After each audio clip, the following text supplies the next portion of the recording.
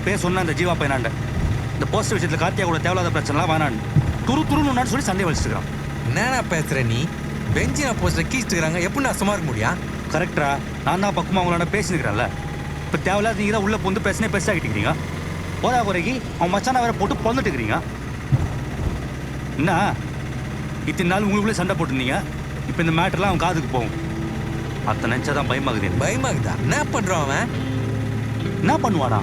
டேய், அவன் மச்சான அடிச்சுக்கிறீங்கடா. காண்ட 4 பேர்த்த இறக்கி எதனா பண்ண என்ன பண்ணுவீங்க? அவன் என்ன பண்றானோ அதே திருப்பி பண்ணுவானுங்க. டேய், என்னடா நீ இப்படி பேசுனுக்குற? டேய் சுமாரா நீ வந்துட்டான் பயந்தாங்க. நோ, என்னடா